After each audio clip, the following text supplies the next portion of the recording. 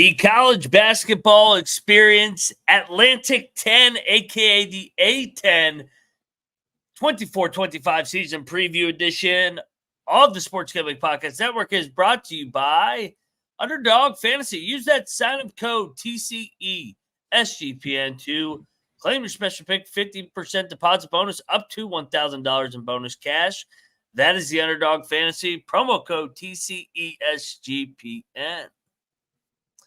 And we're also brought to you by Rhythm. Start crushing college football and NFL with Rhythm. Get your 7-day free trial today by going over to sportsgamblingpodcast.com/rhythm. That is the sportsgamblingpodcast.com/RITHMM today.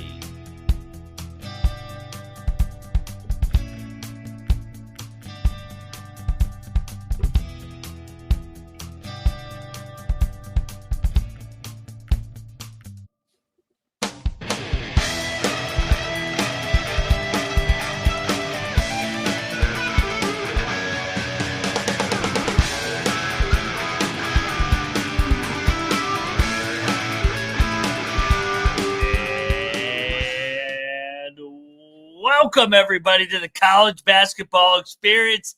A10 style. Noah, we saved the best for last.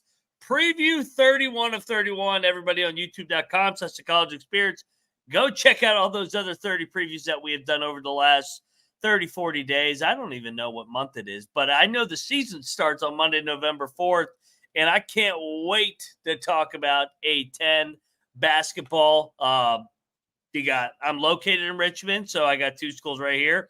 My former boss, Frank Martin's in this league. You got great coaches everywhere in this league. You got great traditions. Dayton, you got Davidson, you got Duquesne, Fordham. I grew up going to George Mason Camp, GW, right down the road. I mean, you name it. This league has everything, and that's why we saved it for last. But first off, I am Moneyline Mac, a.k.a. the former video coordinator for Bob Huggins and Frank Martin.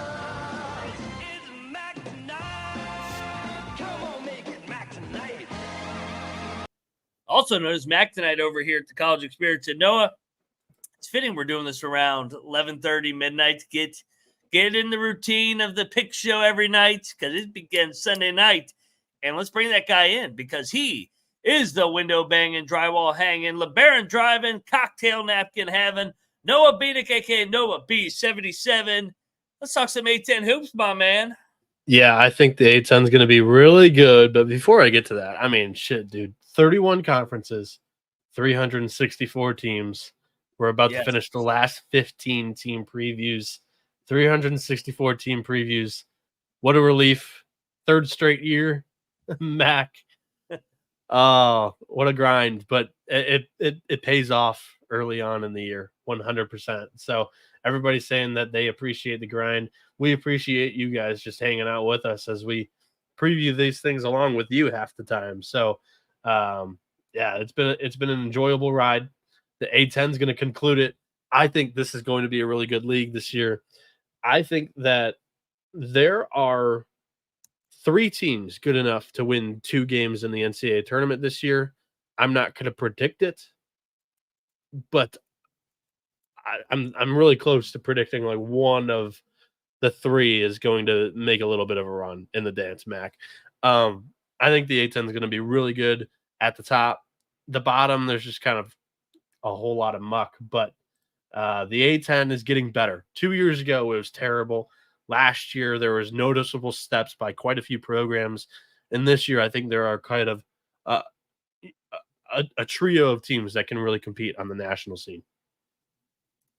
I agree, man. You know what I think of this league. I think the coaching is also really good in this league, and I think that's also goes to and it alludes to why this league has been so consistent year in and year out.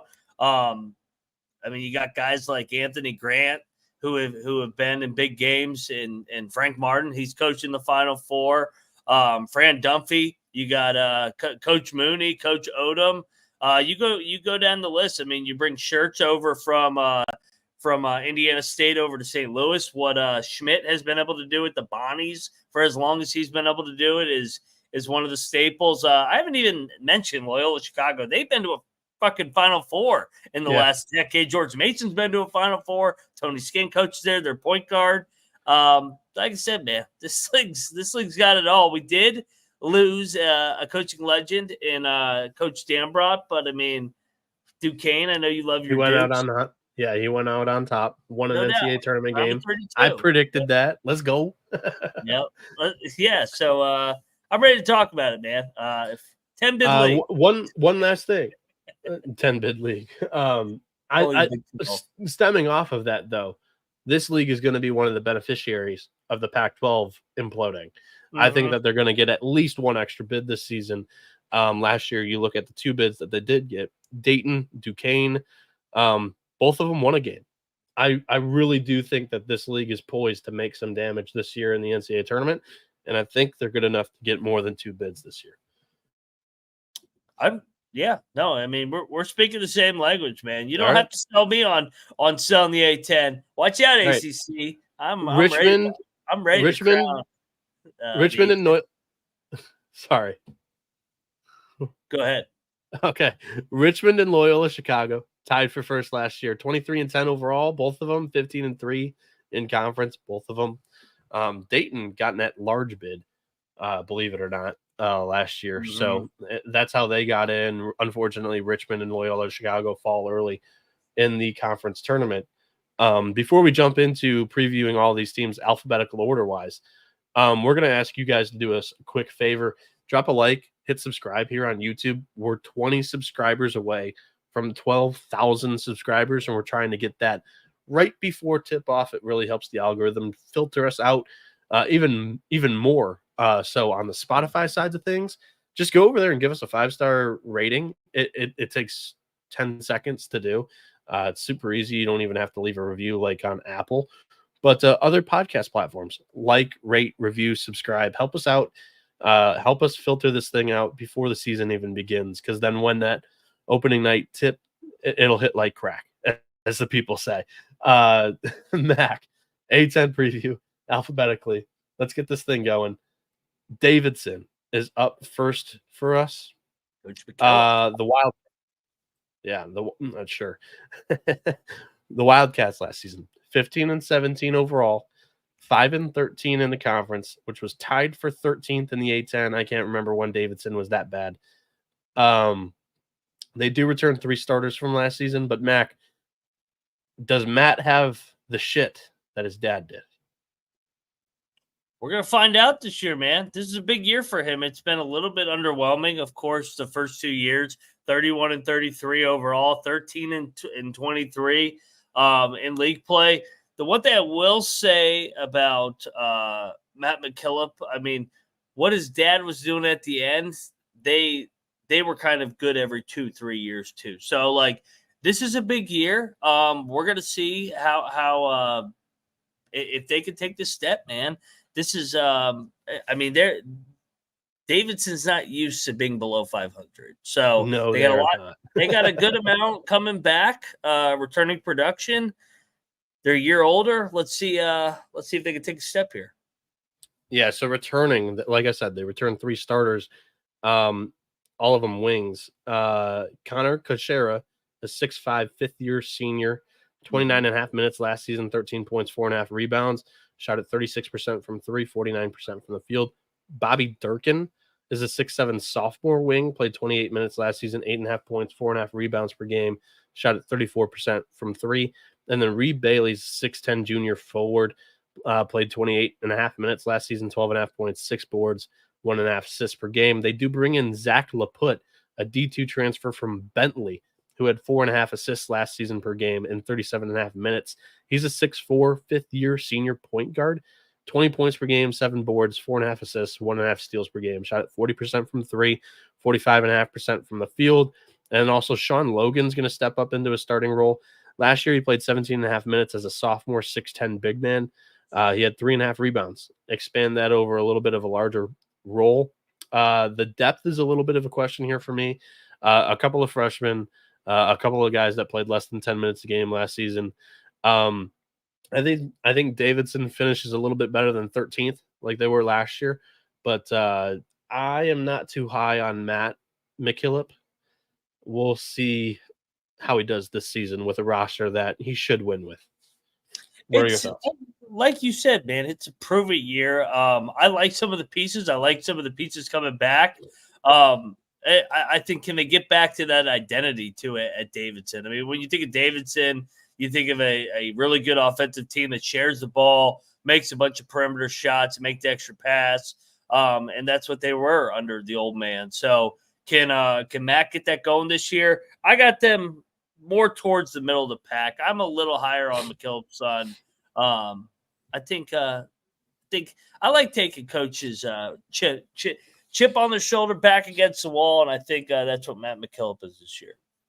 Alrighty, a little bit more of a positive outlook on the coaching situation. Let's talk about Dayton. One of the guys that you love, the Flyers, 25-8 last season, 14-4 in conference. They finished third. You know, I've cooled a little bit on Anthony Grant's roster since the offseason, but I still really like a lot of the pieces on this team. If Dayton can stay healthy, I think they have a shot to win the A10, but Malachi Smith hasn't stayed healthy in his entire career. And in the same way with Posh Alexander and Zed Key, who have kind of missed some games here and there in both of their careers. And both of those guys have been really good at times at the high major level, but they also have their flaws. And that's why they're here in the A10 this season. Mac, your thoughts? I know you are closer with Anthony Grant. Your thoughts on the Flyers entering this year? Talented like they always are. I mean, Santos coming back. You got Malachi Smith. Hopefully he can stay healthy. Posh Alexander. So talent once again will not be an issue at Dayton. And one of the will he get buy-in? I think so. He always gets buy-in. I mean, he's won 20 games every year at Dayton, except for his first year and then the COVID year that only had 24 games. I ask only because that's been the issue with Posh the last couple of years. Yeah. I mean, that's a fair question, but I mean, like I said, I can give the benefit of the doubt to guys that have a winning program year in and year out. So I think he's able to mold a guy like Posh in with their culture there. Anthony Grant, of course, model consistency, finishes in the top 3 outside of the COVID year. And unfortunately, the 7-8 years that we think of Anthony Grant at Dayton, all you could think about is that 1 year in 20, what could have been. We could, instead of saying he's been really fucking good, we could be saying he's been unbelievable. They got to a Final Four. They went like 34-3 or 35-3, and he's one of the best coaches in America. So that's what sucks about what happened the year that they canceled the NCAA tournament is they didn't get to finish off that year. But I mean, they're going to be in the top 3. I don't even care I don't even have to check who's on the team to tell you Dayton will be in the top 4. But I do like the roster from a talent standpoint as well. This is a really interesting take by Ryan Hasty that I'm going to get to because Posh, like if he struggles like motor wise this season, he could be 6-man. And Dayton's good enough to make that thing work. Let's talk about the roster here. Nate Santos is the stud. A 6'7" forward who averaged 11.5 points per game, 6.5 boards, and 1.5 dimes last season, shooting the ball 42% from deep, 47% from the field. Javon Bennett is the point guard that I was talking about. Played a lot last season in a backup role to Malachi Smith during his absence. Like we mentioned with Posh Alexander and Zed Key, both of those guys have been really good players at the high major level. Posh last season, 32 minutes a game at Butler, 11.5 points, 4.5 rebounds, 5 assists, 2 steals per game, shot at 33% from deep. And Zed Key, he only played 15.5 minutes, 6'8" grad senior, averaged 6.5 points, 4 boards. I'm interested to see kind of, I haven't caught any of Dayton's exhibition games on television. Interested to see what kind of body figure he brings into this season. Last year, he tried to slim down. And I don't know if, he was able to work at the same kind of effectiveness in the Big Ten. I don't know if that's going to be able to play a little bit better if he is a slimmed down version of Zed Key in the A10, or if he puts some LBs back on, to be able to muscle guys around around the rim. But last year, 51%, but he just didn't get on the floor because, he'd kind of lost a lot of that luster. from previous seasons. Enoch Cheeks is entering his second season after transferring to Dayton. Typically, that's when you see these low major tweeners tend to hit their full stride in year two. Mac, like I said, I've cooled a little bit on the Flyers, but only because I'm not going to get caught buying in all the way on a team that could get decimated by injuries, or just a tough gel with the core of players they have. Because I could see a couple of hard heads, going up against each other here. But Dayton's one of those three teams that I'm talking about. If everything clicks, this is a team that could get to the second weekend from the A10. Like I said, I think there's three of them that could, if they all hit their ceiling, they could really do some damage in the national scene. Anything else you want to add on Dayton before we move on? Define cool off Dayton. I mean, are we talking like you could drop them out of the top four, or when we talked about the Maui Invitational a month and a half ago, I was very, very high on this team. I've come probably back down to reality. I've picked Dayton third. I mean, there's some other really good teams. I mean, we'll talk about the one in my backyard at the tail end. I mean, they're loaded. There's other good teams, but if you rank Dayton out of your top four, I think you're on crack, like you said earlier in the episode. Hit like crack. Hit like crack. You're on crack. Whatever. Yeah, you gotta start bringing up jokes, man. Opening night's coming around Sunday night, but yeah, if they're out of your top four, you're crazy. Yeah, shit, Hasty. I had Dayton beating North Carolina. I don't know if I would predict that now, but that was how high I was on Dayton a month and a half ago. For those that are wondering about me saying, "Oh, I've cooled on the roster a little bit." Before we get to the rest of the A10 conference preview here, Underdog Fantasy has one of the biggest menus for all of sports: NFL, college football, MLB, MMA, NBA, NHL, NASCAR, and college basketball when this season gets rolling right around the corner. Player projections for almost everything that you can think of in stats in these games. You can use specials and boosts on all flexed entries to help your payout increase. Sign up today with the promo code TCESGPN to claim your special pick, plus first-time deposit offer up to $1,000 in bonus cash. UnderdogFantasy.com, promo code TCESGPN.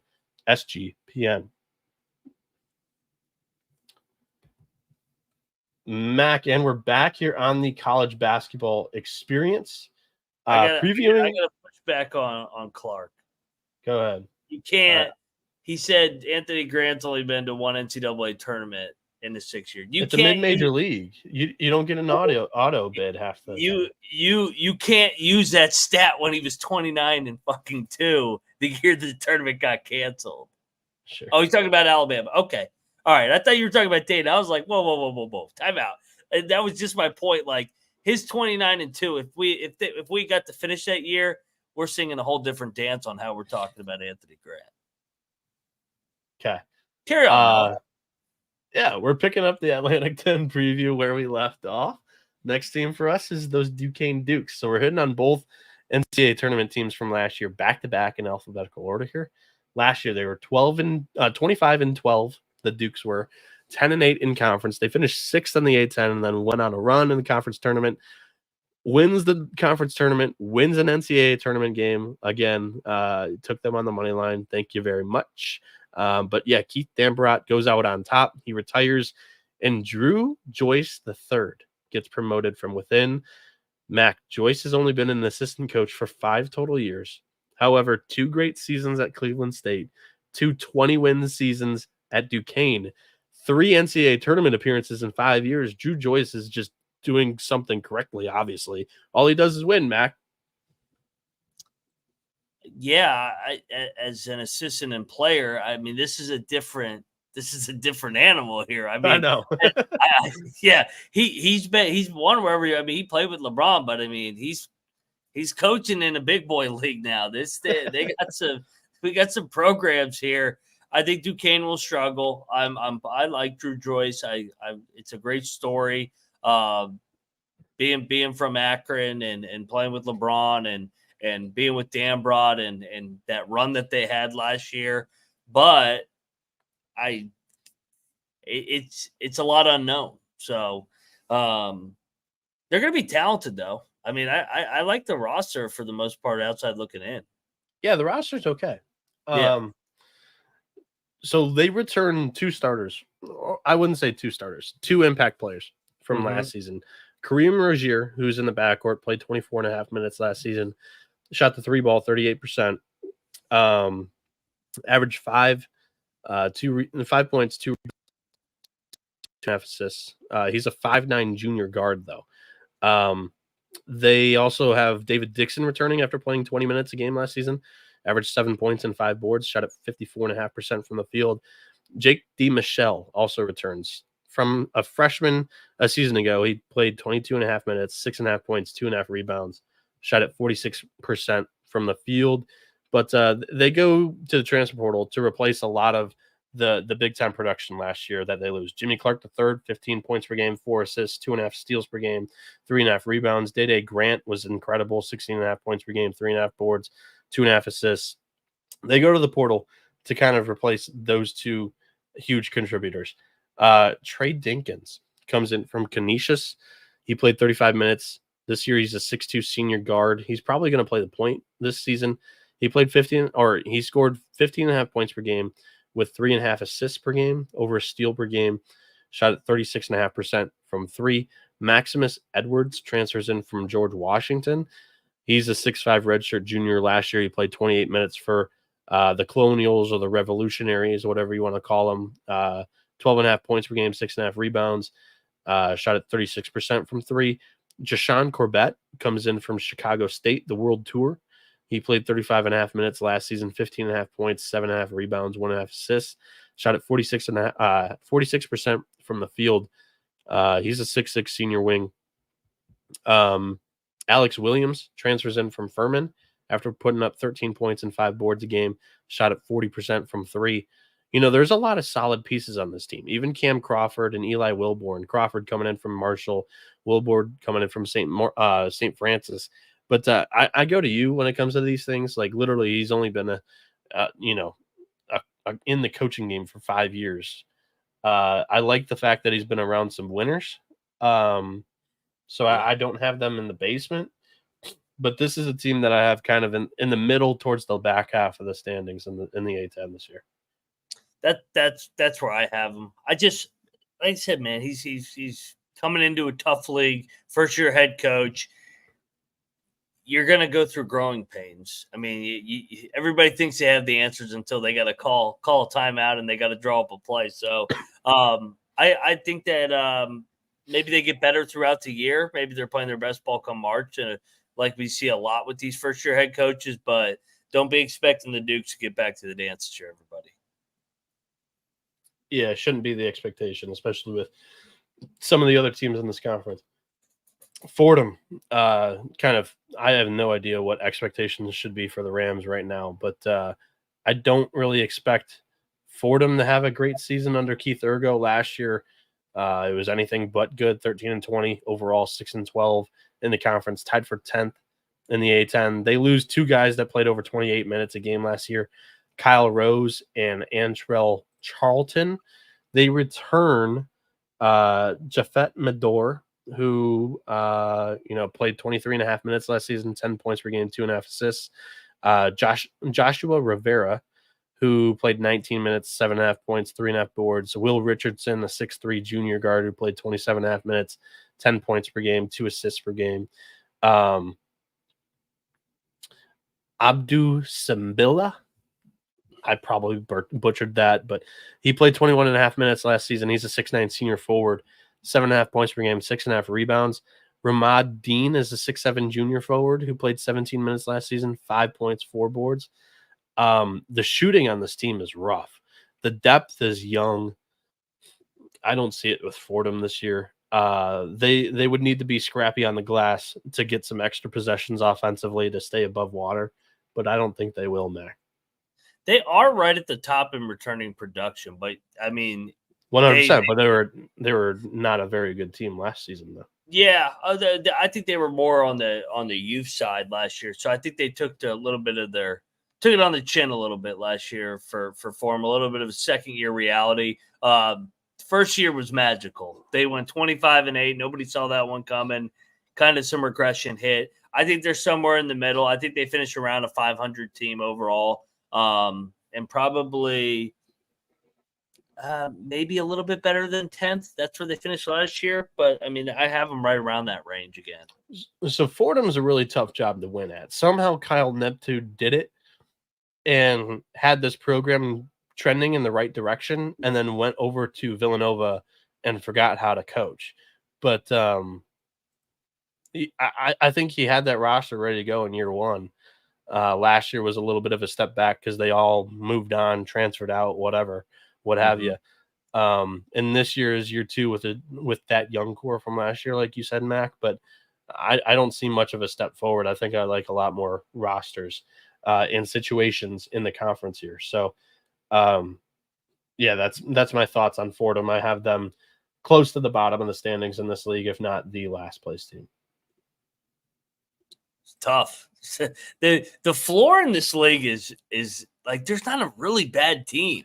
They're all, in my opinion, like 13 through 9 is a mess in this conference. I think that this team is below 13. That's just my thoughts. Well, and to put it in perspective, I mean, you want a non-biased opinion, KenPom. LaSalle is projected last with Fordham, GW, and Duquesne and Richmond. They're all 7-11. I try my hardest not to, but yeah, that's kind of that's incredible. Well, I it's more curious because I'm like looking at these teams and I'm like, man, they're not that bad. I'm like, shit, who am I going to pick last? Because I got to pick somebody last, and then I go to KenPom and I just see everybody 7-11 projected for last place. Like, well, that adds up with what I'm looking at. I mean, just in my opinion, what I've kind of looked over before jumping into the show, I have Fordham, unfortunately, 14th or 15th. They could move from 14 or 15 depending on me gauging your thoughts on another team that we'll get to in a little bit here. The George Mason Patriots are up next. These guys are really interesting, in my opinion. 20-12 last season, 9-9 in conference. They finished tied for 7th in the A10. I was super surprised by Tony Skinn's coaching job in his first year as a head coach. Matt, your thoughts? Because like last year, I had predicted the Patriots to finish like damn near last in the A10 last year. So to finish in the middle of the pack, he caught me off guard, and I'm willing to give him a little bit more of a bump than I did as a coach.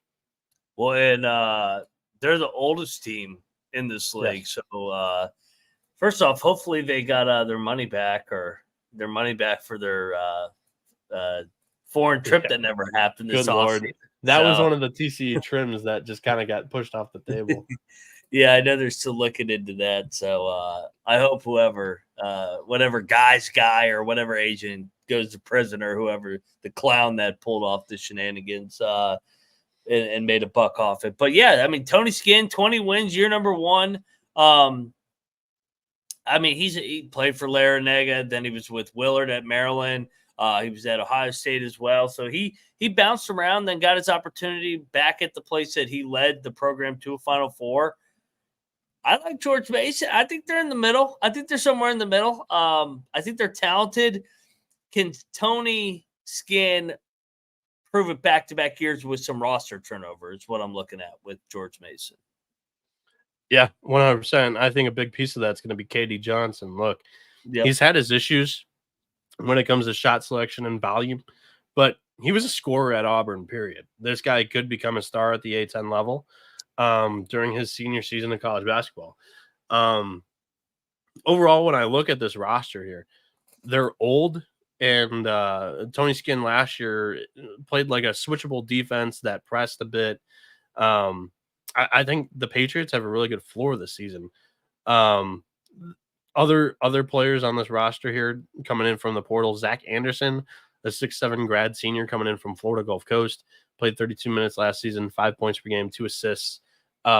Jeremiah Quigley from Iona, he's a 5'11" sophomore guard, played 28 minutes last season, 11 points, 3.5 rebounds, 3.5 assists, shot at 33% from deep. Giovanni Emejeru coming in from Siena. Played 27 minutes last season. This year, he'll be a 6'11 redshirt junior. Put up 11 points per game, 6.5 rebounds, shot at 57% from the field. Braden O'Connor is a 6'4 junior guard. Played 35 minutes last season for UMass Lowell. 10 points per game, 4 boards, 2 assists. And returning from last year's team, 2 senior guards and Jarrett Billups and Darius Maddox. Maddox played 34 minutes a game, 14 points, 3.5 rebounds, 2 assists, shot at 41.5% from 3. And Jared Billups played 25.5 minutes last season, 4.5 points, 4.5 rebounds. Jalen Haynes in the front court played 28.5 minutes last season. He's a 6'8 senior forward. Put up 14.5 points per game, 6.5 rebounds, 1.5 assists, shot at 57.5% from the field. And then behind him, competing for minutes, is Woody Newton, a 6'9 graduate senior. Played 18.5 minutes last season, 6 points, 4 boards. Mason's got some depth to it. There's some teeth here. There's a recipe for disaster too with KD Johnson on any roster in the country. However, I do think that George Mason's going to be one of the better teams in this league. I got them in the top half. Mac, any other words on Mason before we move on? I like you said, I like the roster. I want to see how these pieces mesh. There's a lot of personality led by Johnson. I have them in the middle. Okay, it's about I got them on the top half. Clark Townsend saying Woody Newton's a local kid, super athletic player. So again, competing for a starting role in that front court. Mac, do you call them the Colonials or the Revolutionaries? Oh, I had Caputo on. I always call them the Colonials. I'll never call them that bullshit name. I love Caputo. I hate this fucking mascot name. They'll always be the Colonials. Always great getting a reaction out of you and Colby whenever this team comes up on the daily pick shows. No, that thing is last year they were 15-17 overall, 4-14 in conference. They finished dead last in the A10. And they lose 3 starters, so might not be the worst thing in the world. James Bishop the fourth. They also lose Maximus Edwards and Babatunde Akingbola. Bishop put up 18.5 points per game, 4.5 assists, 3 boards. Edwards, 12.5 points per game, 6.5 rebounds. And Akingbola was more of a big man in the center for some defensive reliability there. But you said you had Caputo on the show during your summer school coaches tour. What did he tell you about his roster this season? A lot of new faces like you're going through right now. They had a great non-con, and then the wheels fell off because of injuries, and then they just couldn't right the ship. So he thought that they really overachieved year one, getting all the way up in 6th place, and then they kind of regression hit a little bit last year. He likes his roster. I know there's a lot of unknown faces and how they're going to mesh. I think Caputo's a good coach. I can't put them in the top half as much as I like Caputo. Just based off of all the question marks. Okay. Young backcourt. Yeah, young backcourt. They're young. You're right. Trey Autry, a 6'4 sophomore, played 18.5 minutes last year. He's going to start the season. Jacoy Hutchinson played 27.5 minutes last season. He's also a sophomore, 6'3 point guard, 2.5 assists last year, 3 boards, 7.5 points per game, shot at 39.5% from 3. Also, they bring back Darren Buchanan Jr., who played 31 minutes last year in his second year of college basketball. He's a 6'7 redshirt sophomore this year. He put up 15.5 points, 6.5 rebounds, 2.5 assists, 1.5 steals per game. That core, albeit super young, could take, if they take a sophomore leap, I mean, shit, George Washington could be pretty good this year. Because Gerald Drumgoole Jr. is a guy that I really liked at Delaware. 14 points per game, 4 boards, 2.5 assists, shot at 37.5% from 3. He's a graduate senior 6'5 wing. I think that's going to be a super steady hand for George Washington this season. He might be the leading scorer of this team, in my opinion. They also bring in Rafael Castro, a redshirt junior 6'11 forward from Providence, who's probably got a really good chance to start. Sean Hansen is going to compete with him for the minutes at the 5. He's a 6'9 graduate senior transfer from Cornell, who played 19.5 minutes last season. Trey Moss is a 6'3" redshirt junior from William and Mary, played 31.5 minutes, 13.5 points, 3.5 rebounds, 2 assists. But yeah, overall, my thought is just it's a young backcourt. They're going to be growing pains with George Washington. But I would not be surprised if this is like a team that catches a lot of people off guard and, goes on a run in conference play in January and February. But I do think this is a team that probably runs out of gas in March. Could be a boomerang program. Could be up and down. And last year they hit the injury bug and maybe stay healthy and overachieve this year. All right. That name is too long too. Not only does it's too long. It takes up the whole screen. Yeah, shit. It's almost 2 rows on our YouTube layout here. Let's get rid of that. George there Washington. We go. Yeah, there you go. But what I will refer you to is SGPN's proud partner, Rhythm, the number one AI-powered sports betting platform that helps provide bettors of all levels the ability to build custom predictive betting models in seconds and get predictions for betting on money lines, spreads, totals, and props. Build your own model or copy one of the top performing ones from the leaderboard, and Rhythm will give you predictions for every game and player prop, and also has a myriad of stats, research, and trend analysis to give you even more betting insights. Rhythm went 24-3 in their props for NBA Night 1, and the college basketball model is right around the corner here when play tips off on Monday. Claim your 7-day free trial today by going to sportsgamblingpodcast.com/rhythm. That's sportsgamblingpodcast.com/RITHMM. And the college basketball experience is also brought to you by BetUS, the best in the business, and they've been around for more than 30 years. You can easily deposit using cryptocurrency and get lightning fast payouts when you're looking to cash out. Go to sportsgamblingpodcast.com/BetUS. That's sportsgamblingpodcast.com/BetUS, promo code SGPN, so they know we sent you. BetUS, America's favorite sportsbook.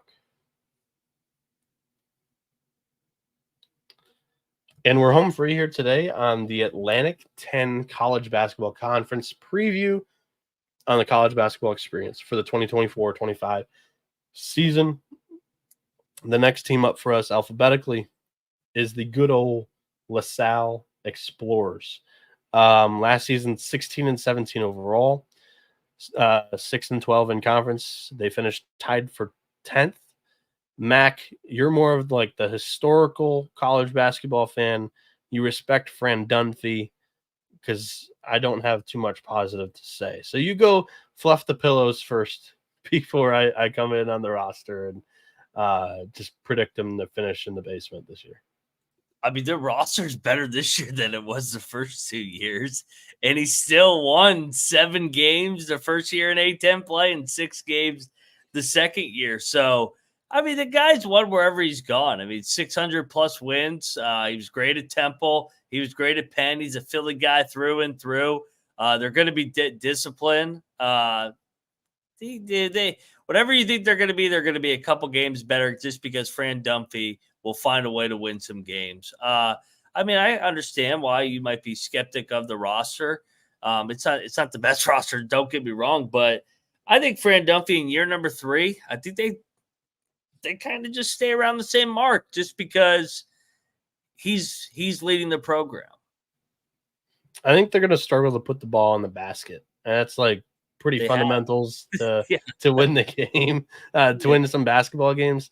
And there's a lot of transfers coming in here. They only returned 1 starter from last season. That's Deshaun Shepard, the 6'5" senior guard who played 32.5 minutes last season, 10.5 points per game, 5.5 rebounds. But this is going to be a common theme here. 30.5% from deep. Eric Acker is the incoming point guard from Long Island. He's a 6'2" sophomore, played 33.5 minutes last season, 12.5 points, 3.5 rebounds, 4 assists per game, shot at 28.5% from 3. Corey McKeithen is a 6-foot grad senior, played 33 minutes, 8 points per game, 4 boards, 3.5 assists, comes in from Ryder. He's probably one of their better players for this upcoming season. In my opinion, at least 35% 3-point shooter. Jaleel White from Temple is a 6'7" grad senior, 23.5 minutes last season, 10 points per game, 5.5 rebounds, 1.5 assists. Did shoot at 46% from the field. And then Demetrius Lilly comes in from Penn State, barely played last season, 6'9" junior forward. Also, you have Andres Marrero, who is a 6'3" redshirt junior, played 20 minutes last season, 8 points per game. Tunde Valberg Fasasi, a 6'8" sophomore, played 23.5 minutes last season, 6 points per game, 3 rebounds. Shot at 35.5% from deep. Mac A10, interesting that he just completely keeps falling down the ranks in college basketball conference pedigree. 6'10" redshirt senior. I think he was at UCLA, DePaul. He's now at LaSalle. Only played 8 minutes last season for DePaul. Ryan Zan, 11 minutes last year. He returns, but offensively, I think this team's going to struggle. I've got them in the basement of the conference, Mac. You think they're going to be worse in the first 2 years? I think they're the exact same. I think they're going to be. I like the attempt to get older from Dunphy, but he went to a bunch of like lower conference, Chip up transfers. On the shoulder, baby. Chip on the shoulder. And then some guys that didn't play at high major basketball. Like, I'm not there. They'll be 500 in overall. Good Lord. What? Overall? 500? What, like 16 and 16? In the A10 or overall? No, I don't. I think they'll be closer than you think. I mean, they play 18 games? I bet he finishes 8 and 10. I want whatever you're smoking.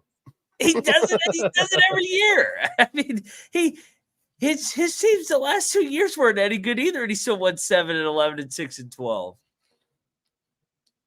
There was a 6-way tie for basically last year, and he was in it. Hey, like you have to put somebody last. This is year 3. He's had 2 years to figure out the A10. Blindly backing Fran Dunphy. All those stats don't mean shit. I'll give you stats. 611 career wins. He knows what the hell he's doing. Oh my God. We gotta move on. Loyola Chicago is next up. The chat's rolling. They're loving this. LaSalle is Max East Carolina. Just move on, says Cannabis Cat. I'm not high on East Carolina. Colby likes East Carolina.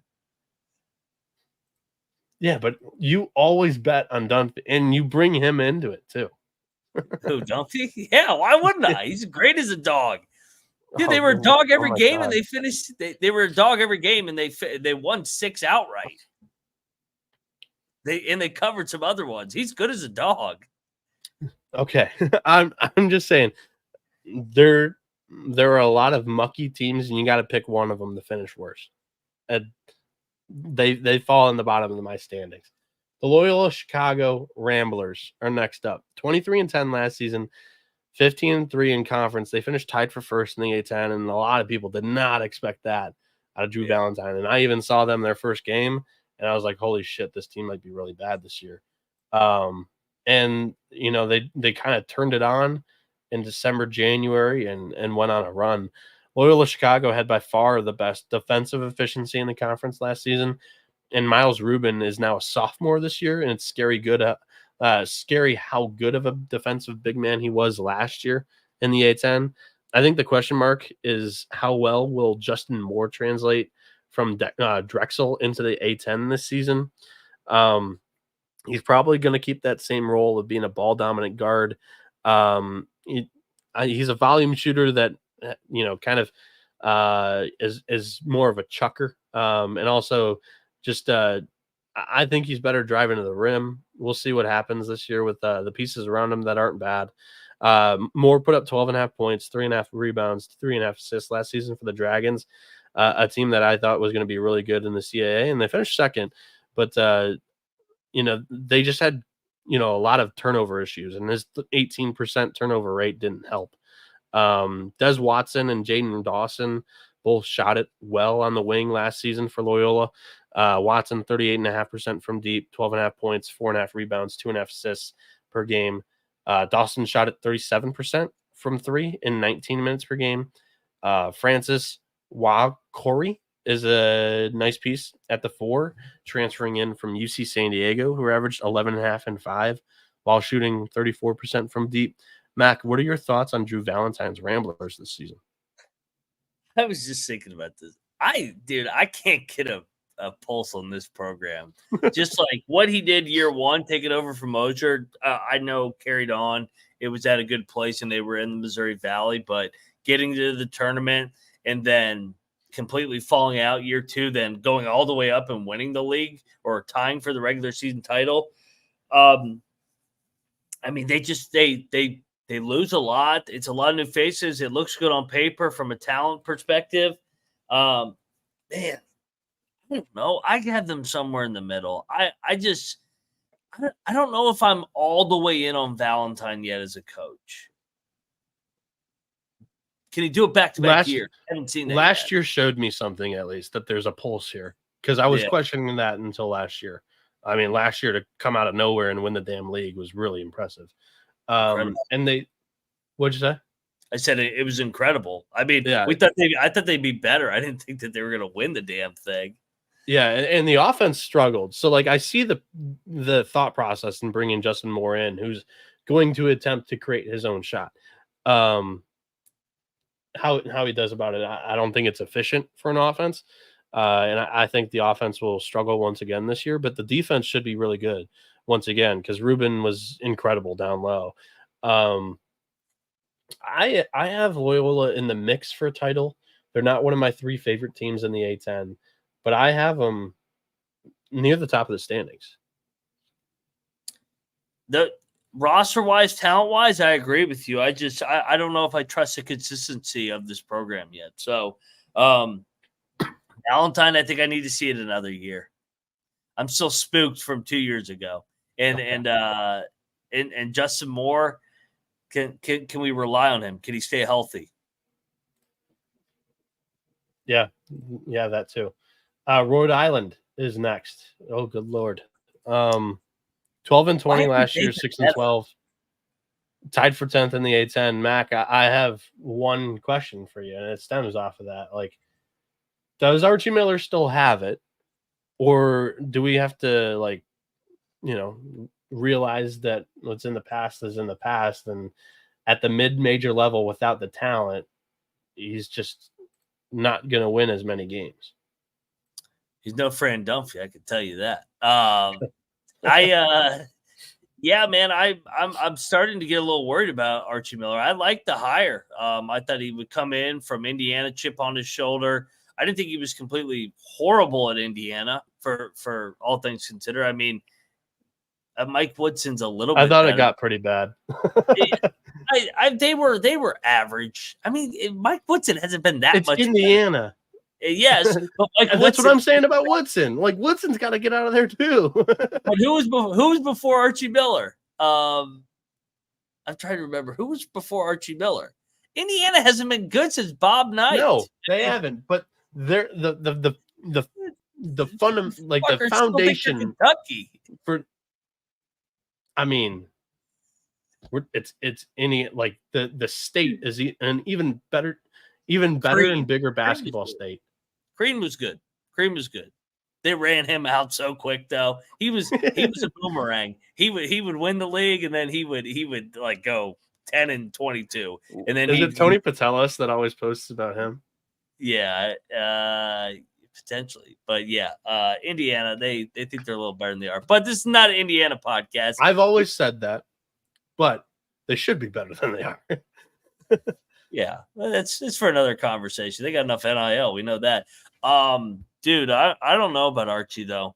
I guess I'll use the same handicap on McKillop I have with Archie. 2 down years, year 3, back against the wall, chip on the shoulder. I think they're going to be they got to be better this year. I mean, you look at his Indiana tenure, he kind of sucked the first 2 years, and then year 3, he won 20. So they did go from 9 to 12, but I mean, I thought they would be at a different level, considering Hurley had this program rolling 5-6 years ago. Yeah, they lose 3 starters from last year.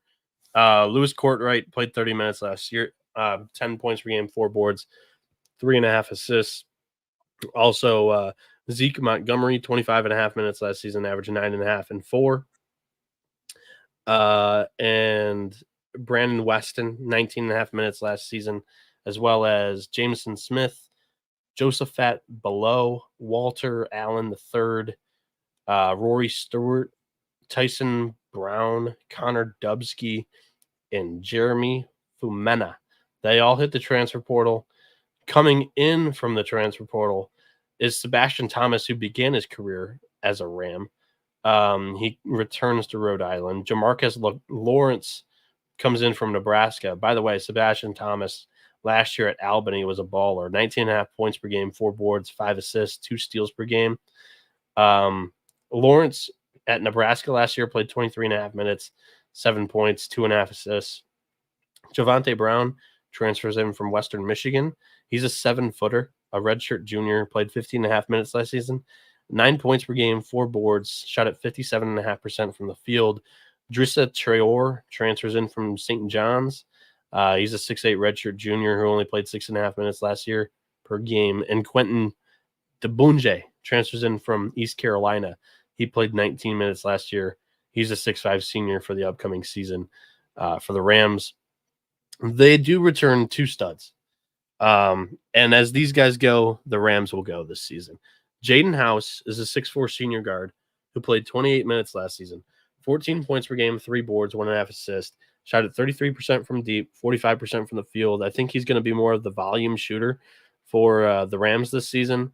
And David Green has been a really steady hand in the front court. He's a 6'7 senior this season, 26 minutes a game last year, 14.5 points, 4 boards, shot at 43.5% from the field.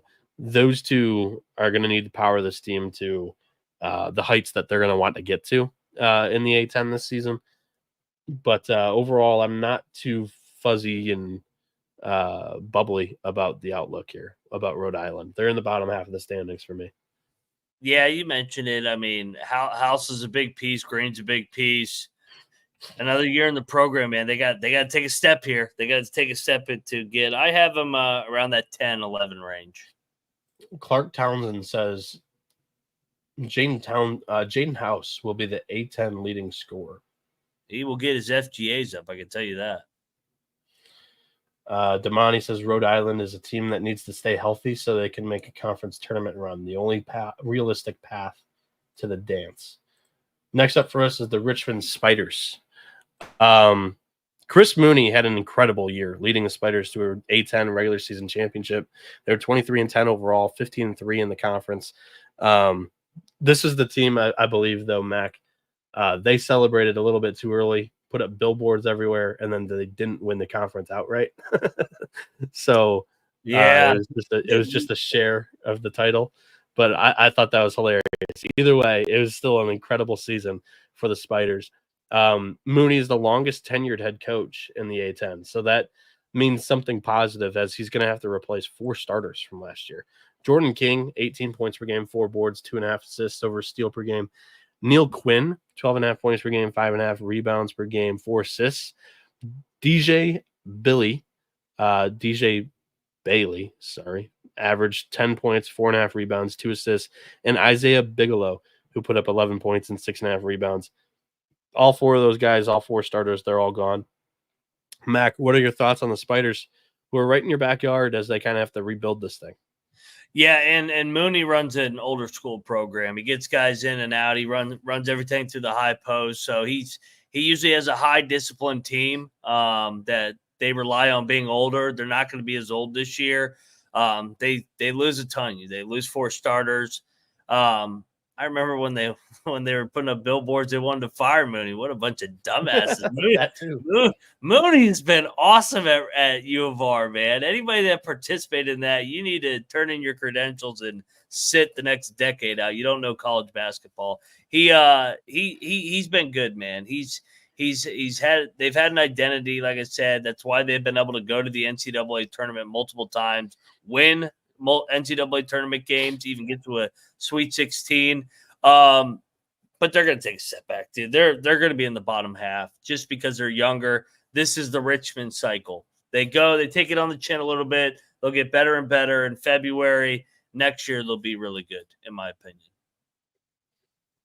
All right. The Mooney cycle. They do return 2 seniors to the lineup, at least.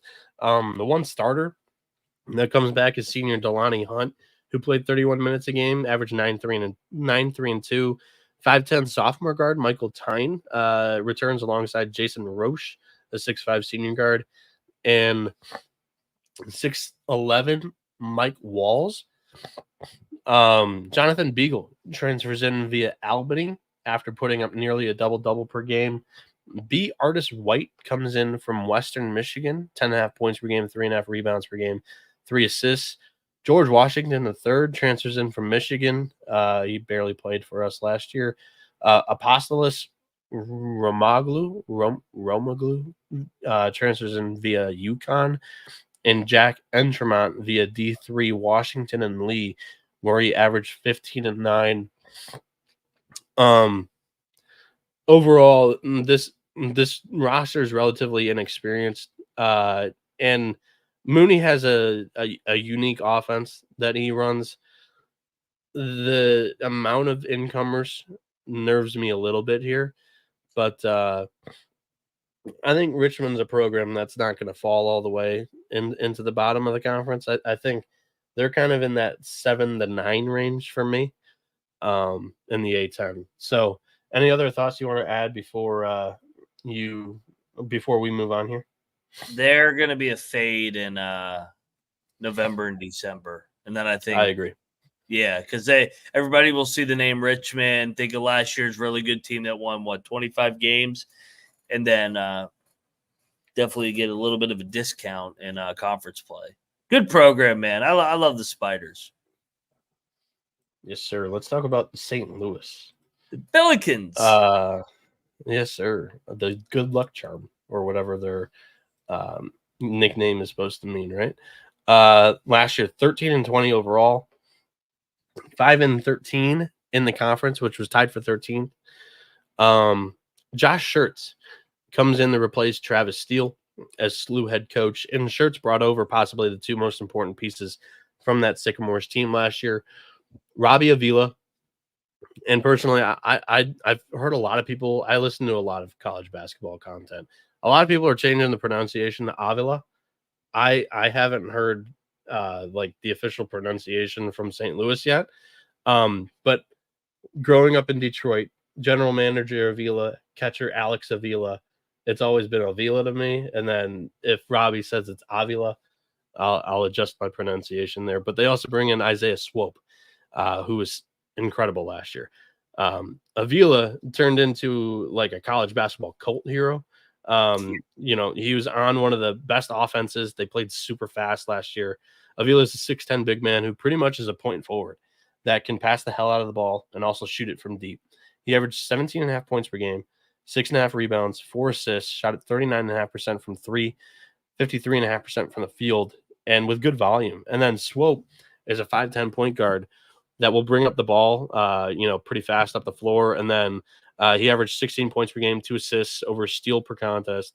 He's a 36% three-point shooter. Schertz was able to keep 3 guys on this roster who can also shoot the 3-ball well. Kellen Thomas at 36%. Larry Hughes Jr., the son of SLU basketball player Larry Hughes, who can shoot it pretty good. And also Gibson Jimerson, who's a stud and played AAU ball with Robbie Avila. And Jimerson put up 16 points per game, 3 boards, 2 assists last season with the Billikens, shot at 36% from beyond the perimeter. Kobe Johnson transfers in after having a solid season at West Virginia, 11 points per game, 4.5 rebounds, 3.5 assists. And AJ Casey comes in from Miami looking for a little bit more playing time. Kalu Anya transfers in from Brown as more of a defensive and rebounding front court stability piece next to Avila, who does not play like close to the paint in this offensive system. So I think that's a good fit. Mac, this team is structured very well, and they're about 7 or 8 players deep. I think the Billikens are one of those teams that will compete for the A10 title this season. I think they're one of those teams that if they reach their ceiling, this is a potential second weekend team in the NCAA tournament. One of 3 teams that I think could get there in the A10. I liked him. I don't know if I'm as high as maybe everybody else. I worry a little bit with Davila going against more athleticism night in and night out at the 5 spot. But I do like their pieces, and I like Shirts, man. I think he's a really good coach. I mean, talk about an upgrade from Travis Ford getting Shirts to take over your program. I mean, they were so prepared offensively and defensively at Indiana State. I like the guards as well. I think they're fast, athletic, and I think they're going to get better and better. I had them in my top 4. I mean, I like the makeup of this roster, and I mean, everybody wants to root for the Billikens, man. College basketball needs the Billikens back relevant. I don't think they're as good as a couple of these other teams, but they're good. They're solid. Yeah, I have them really good. I've got them up there at the top of the standings. That one flew by. I like that preview.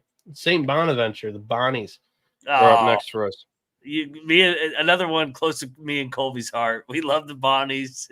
Let's go. Okay. Last year, I thought they underachieved. I thought that roster was really old. They should have done more than what they had, and that's the John Rothstein slogan. Mark Schmidt, more with less, and I did not think he got more with more. Last year, 20-13 overall, 9-9 in conference, tied for 7th in the A10, and this is a totally new roster. Maybe that's a good thing if Mark Schmidt couldn't win with last year's core, but there are 7 newcomers here with the Bonnies. Mac, your thoughts? Do you have any rebuttal to my statement about Schmidt and the Bonnies last year? No, what they had expectations last year. Whenever there's expectations with the Bonnies, they aren't as good. But when they're flying under the radar like they are right now, that's when the Bonnies are good. So I like the Bonnies this year. I like Schmidt. I mean, dude, the Bonaventure job is a tough ass one in this league, and he's made it look easy for as long as he's been there since 2008. He was really good at Robert Morris as well in the 2000s. So I'm gonna like the Bonnies. They've been a model of consistency for the most part in this league. In a down year, they still finish 500. That's basically their floor in this league. Clark saying Woj as the GM was the biggest addition for them. I didn't for like that future years, maybe, but I don't think he really impacted this roster at all. Incoming, because this is basically an entire new roster. So the only returnee is Noel Brown, who played 14 minutes last season. He's a 6'11 grad senior. So DeSante Bowen transfers in from Iowa. He didn't play for the Hawkeyes last season. 6'2 junior guard, 13.5 minutes last year. Melvin Council Jr., who's a 6'4 senior guard, played 36 minutes a game for Wagner. 15 points per game, 5.5 rebounds, 3.5 assists per game. Had over a steal per game as well. Chance Moore transfers in from Missouri State. He's a senior 6'6 guard. Played 27 minutes last season, 10.5 points, 5.5 rebounds. They also bring in the 7th-ranked junior college recruit via JUCOrecruiting.com, Leger Jones, who was on the national championship team, I believe, of Barton. 15.5 points per game, 9 rebounds, 1 assist per game at the 4 for Bonnies. They're expecting them to play this season. They also bring in from Valpo Jackson Edwards, who played 25 minutes a season ago. 7.5 points, 5 rebounds, shot at 32.5% from deep. 6'3 redshirt sophomore Jonah Hinton from Panola Junior College, 14 points per game, 2 rebounds, 3 assists. And Michael Flarin from Salt Lake Community College, 8 points per game, 6 rebounds. He's a 6'11 redshirt junior. I guess you like the sharp edges that might potentially get you, but Mac, you're a little bit higher on the Bonnies than I am.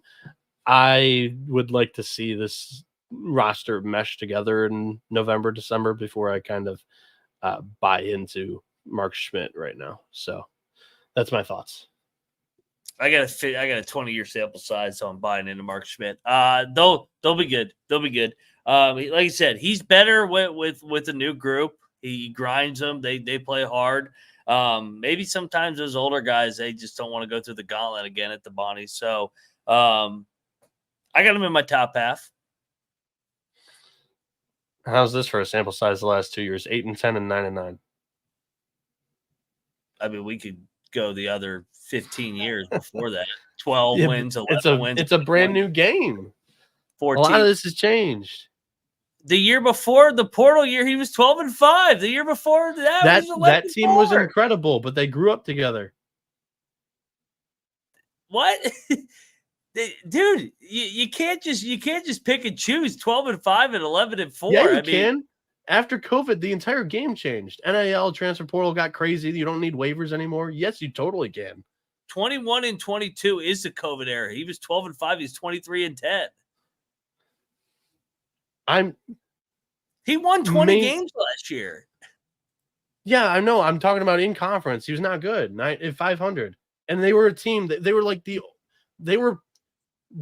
the Grand Canyon, or they were the mid-major that was sexy last year, and they didn't do it. They didn't do jack shit.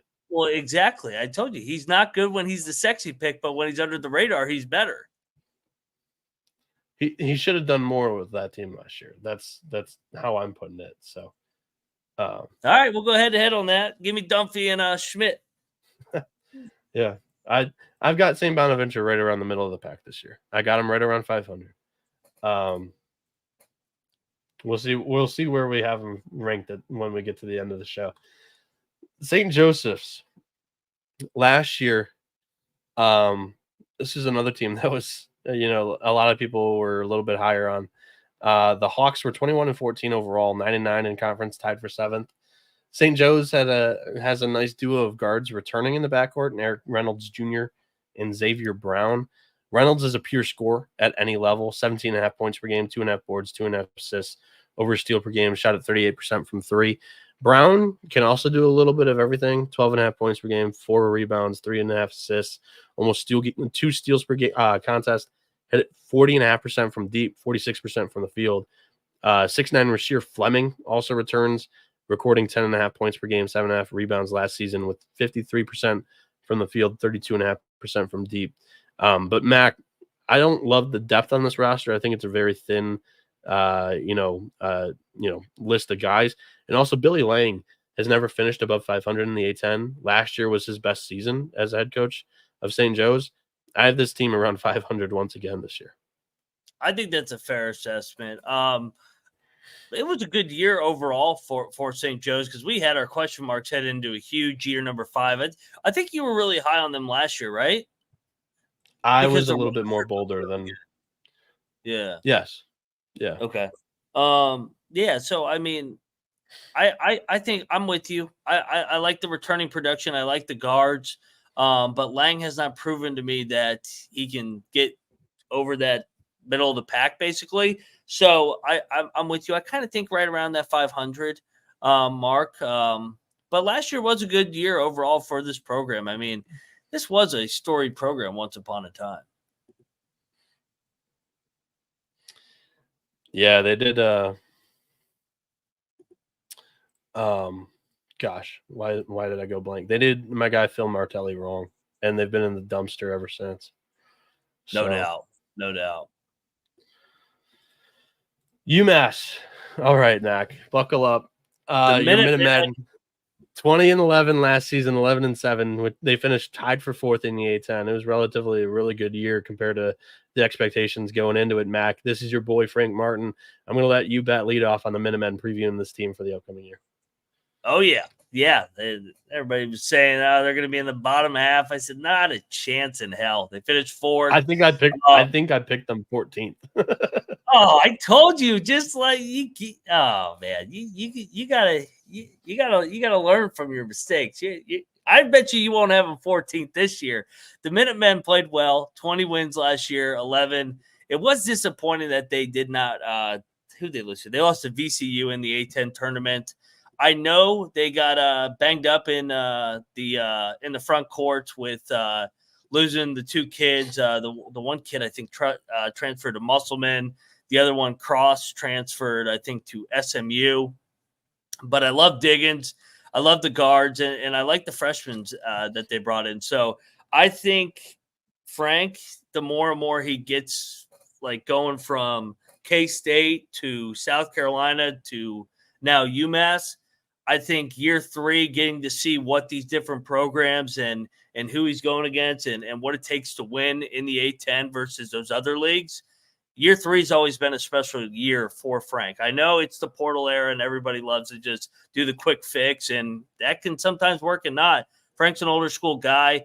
I think a guy like Diggins is a stud and just a pillar for his program. So I like the Minutemen again, and they did have a adventurous portal class that I know you're going to read like all these other teams, but they're going to be good. They're going to be good. They're going to guard. They're going to have an identity. You know what you're getting with the Frank Martin team. Well prepared, and they're going to make you earn it.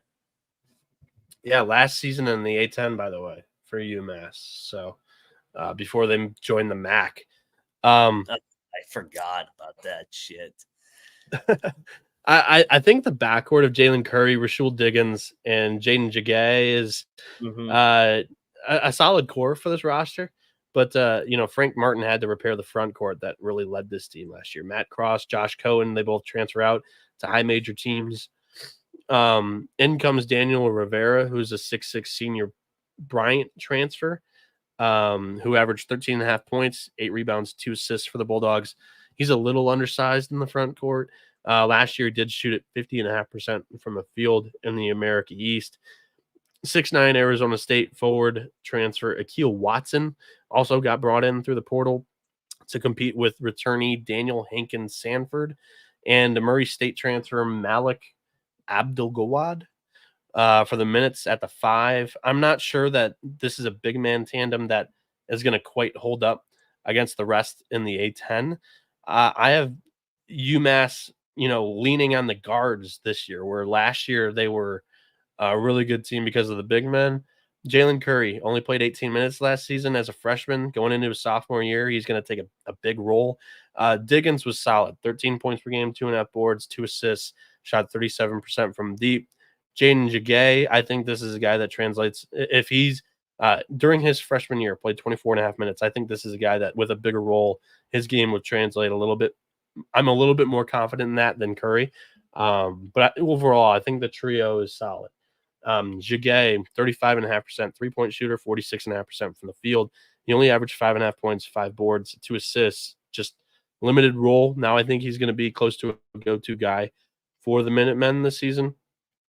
But yeah, I have this team more in the middle, slightly in the bottom half of the conference here in the A10. And I should note with Curry and the Joe, I always butcher his name.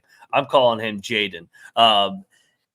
Freshmen struggle in Frank's system because Frank is an old school demanding coach, and he's not going to cheat you. So some freshmen don't like it, and those that accept coaching and buy in will be good in the long term. Those that don't, they probably just hit the portal and they go to a 13-19 team somewhere else and be a part of losing over there. So I think those guys coming back for their sophomore year with Diggins, I love the backcourt. That you hit the nail right on the head, Noah. They're going to be more guard oriented this year, and yeah, let's go Minutemen, baby. They're winning the league. Clark is not high on the UMass Minutemen this season. We'll say that. Going at it in the YouTube chat. Clark ain't learned either. Opinions. He gives you 15. Do you want me to go get my Final Four rings and give you a little bit of a sample size? Man? Come on, man. I'm surprised he didn't flex that in this show, honestly. They play West Virginia the first week, by the way. Yeah, you said that. You're going to be there, right? I think so. I think so. You're going to go in there and you might be rooting for Martin. Oh, no doubt. I don't have it. Dude, I don't have any.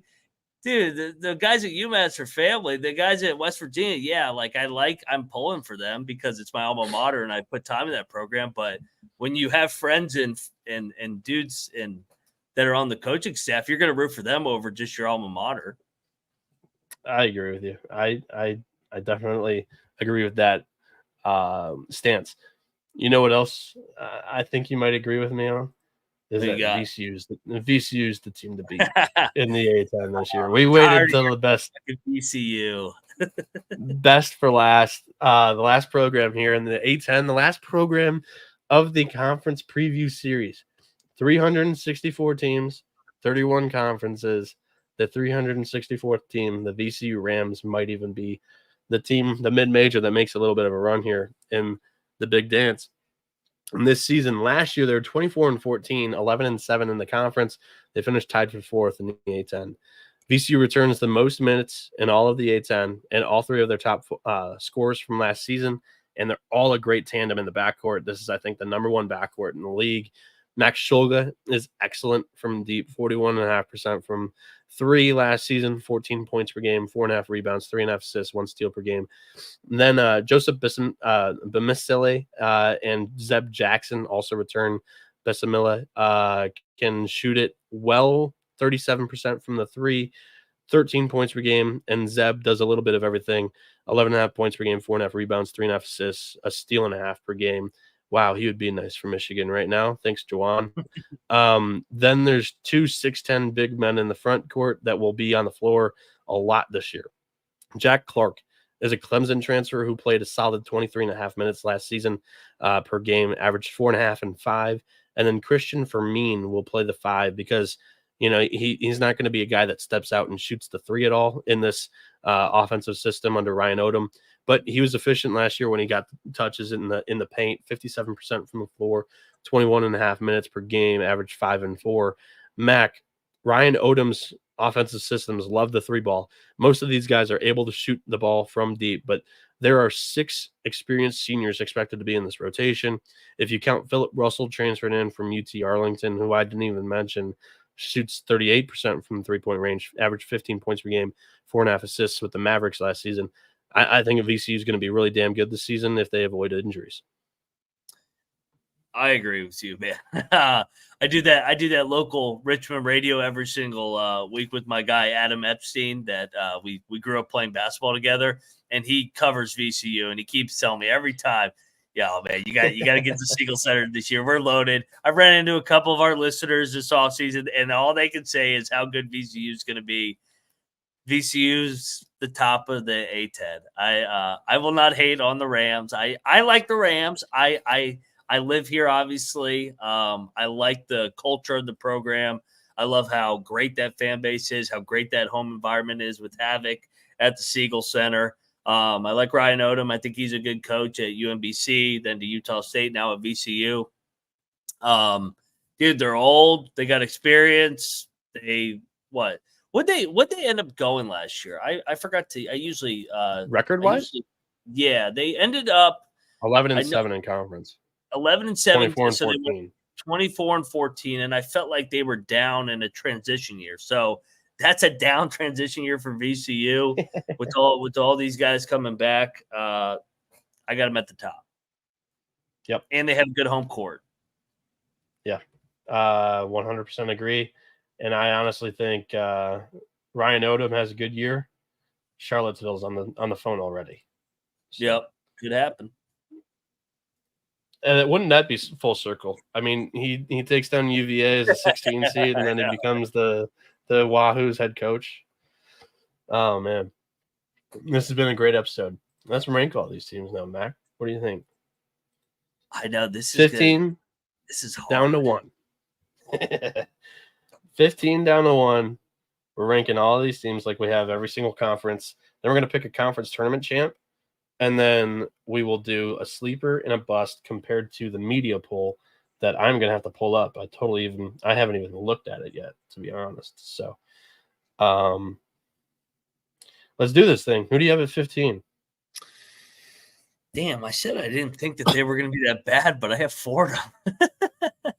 I told you, dude. I know it, dude, but I don't think that they suck. I don't think they're that bad. I have Fordham 15 too. Yeah. Okay. You want a hot take here? What's that? Richmond 14. Transition year. That is a hot take. I don't know what to say. Like I said, 8, 9 through 13, 14. I think you could mix these teams all up, but I have Richmond in that group. I'm not nearly as low as you. I've got LaSalle 14th. Oh, yeah, you hate on Fran. I forgot about that. At 13, damn. I didn't rank these before, too. I like doing it on the fly. I like just visualizing it. Because I got them Powerade over here, but I don't agree at all with what my rankings are saying. At 13, damn, man. I think I'm going to go with Davidson. I hope I'm wrong on that one. I want to see them good again. I thought I was lower on them than you. I like some of these other teams. That's the problem. I have Rhode Island 13. All right, I have Rhode Island 12. Okay. I have Duquesne 12. Oh, shit. I forgot about Duquesne. I mean, I wasn't going to put Duquesne that low. I have Duquesne at 11. I wasn't going to put Duquesne that low, and then he puts him one spot higher than me. I got George Washington 11. I have GW at 10. Okay. I have Davidson 10. Fran Dumpy 9, baby. Let's go. I told you, around 500. Come on, Fran. Come on. He's going to win some tiebreakers. It's not brutal. Bottom half of the conference is the bottom half of the conference. 9, I have Richmond. Okay. At number 8, this is where let's go local here. I got the George Mason Patriots. All right. I guess local where I grew up. Yeah, I got a bunch of local spots, I guess. Yeah, shit. You got Austin P. You got Columbia, South Carolina, Morgantown, West Virginia, Northern Virginia, DC. What else are you claiming over there? I mean, I'm not making fun of you. I do the same thing. Nothing on the West Michigan. I claim Michigan. I claim Florida. I claim Pitt. It is what it is. Yeah, Duquesne, my boys, not too high on the Dukes this year.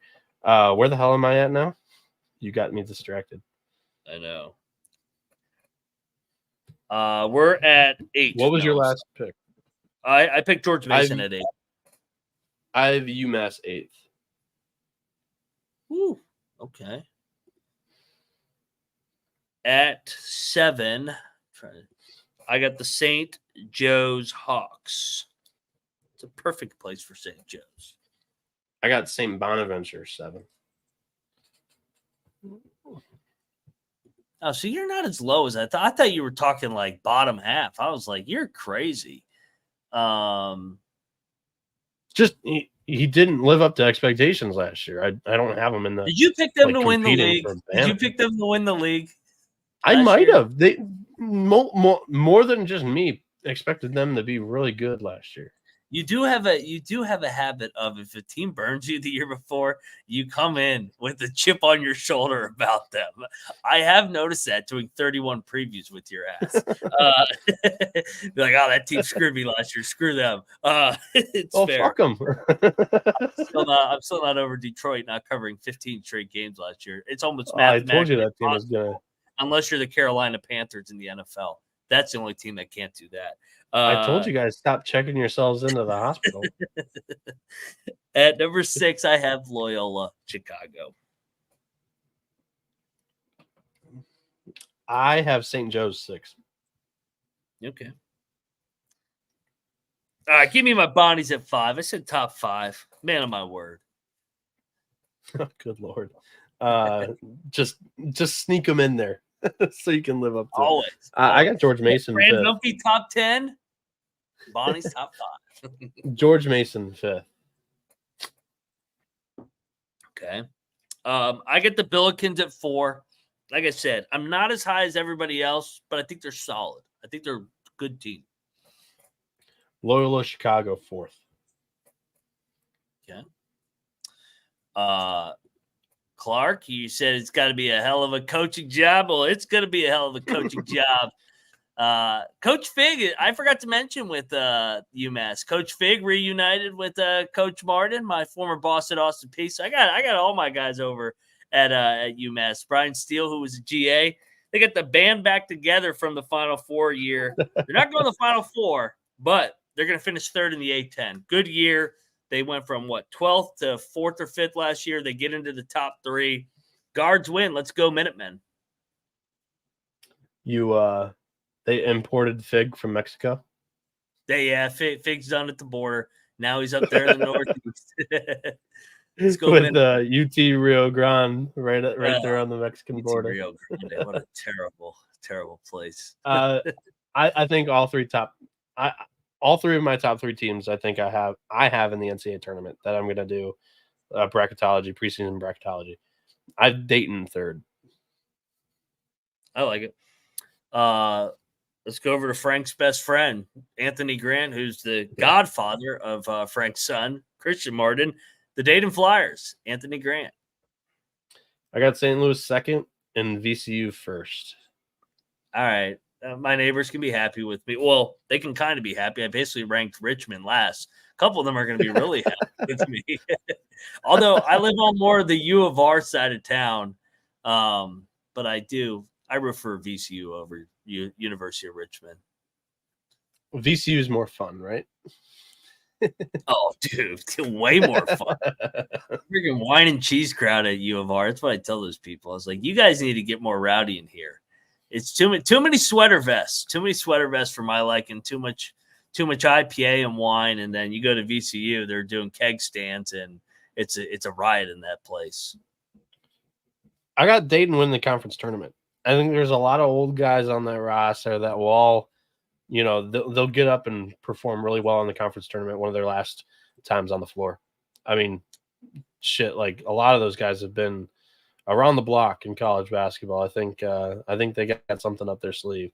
It's going to be Posh's last year. It's going to be Zed Key's last year. Probably Santos' last year because he attempted the portal after last season. So I think it's one more joyride, and I think Dayton gets it done, and they get in the NCAA tournament. The tournament is in DC, so that is just something worth noting.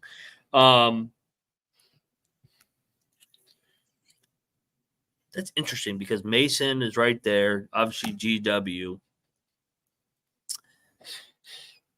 He doesn't bring back much, but the Bonnies are going to win the conference tournament. That's what Mark Schmidt does, baby. He wins those conference tournament as like a 5 or 6 seed, sneaks up on everybody, steal the bid. How many times have the Bonnies been a bid stealer on that Sunday afternoon? I can think of like 2 or 3 times just off the top of my head the Bonnies have stolen bids over the last 10, 15 years. I don't know. I can't recall off the top of my head. Media poll for sleepers and busts.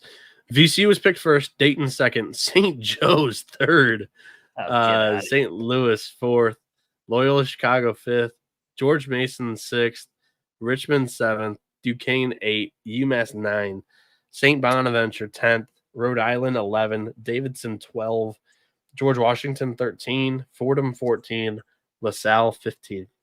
Oh my God. I got 3 sleepers, UMass, St. Bonaventure, and LaSalle, the 3 oldest coaches. Let's go. The vets. Right. Give me the vets.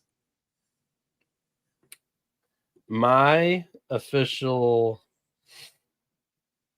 sleeper for this show, I guess, has to be. I'm trying to put the puzzle pieces together on who I'm highest on, then it's 15 fucking teams. It's like impossible. My sleeper was St. Bonaventure. They were picked 10th. I have them 7th. That debate, you ended up having them as your sleeper. I mean, yeah, I guess. I have them better than expectation, I guess. So St. Bonnie's 7. Bust. Who do you have busting? St. Joe's with you. You and I both have them. I have St. Joe's 6. Where did you have St. Joe's? 7. And you had Richmond was 7. You had Richmond like 14. 14. That's a bust. Yeah, my bust is St. Joe's though. That's the lowest I'm on a team. Good thing me and the U of R crowd don't drink the same thing. They ain't gonna be buying me drinks. No thanks. I don't want your wine or IPAs or your cheese. Clark's got Mason as his sleeper, so he's got them like finishing 1st or 2nd, I guess. They're talented. Yeah. Ryan Hasty says A10 chip no longer in the Garden. Well, I don't think it's never been in the Garden. It's always been at Barclays. Yeah, Brooklyn. Clark says St. Louis wins the conference tournament and agrees that St. Joe's should be the bust. That's been fun. Conference tournament. Conference tournament. Oh, right around the corner, honestly. Conference tournament week. But conference preview season has now come to a close. 364 team previews, 301 conference previews. Now we've got one more show here in preview season. Our preseason predictions. The open invite is there for Colby and NC Nick. Both of them have some schedule oblos that we don't know if they'll be able to join us. What you can expect from tomorrow night's show, Friday night, November 1st. National championship prediction. We've never actually had a show doing this before. Yeah, National championship prediction, Final Four, Elite 8, conference futures that we like the most that we're betting, and also Max top 25 preseason rankings, my preseason bracketology.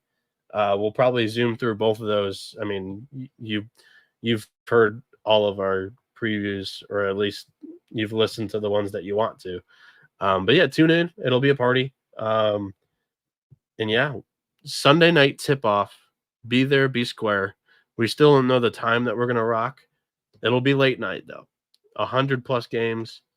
Every game that's got a spread, we'll be picking against the spread and on the money line, like we've done every single night of college basketball for the last 6 years of the college basketball experience. Moneyline Mac is on Twitter at moneyline_Mac. Ryan McIntyre, thank you for joining me and having me on all of these. It was a pleasure. Been a blast. Myself, Noah Bieniek, on Twitter and X and TikTok and Instagram and whatever. I only use Twitter, though. It's NoahB77_. I take that back. TikTok, when the season comes around, I'm on it. The show, TCE on SGPN, on everything as well. This has been the College Basketball Experience. You better start thinking about yours. Thank you all for joining us throughout the preseason. And we out of here.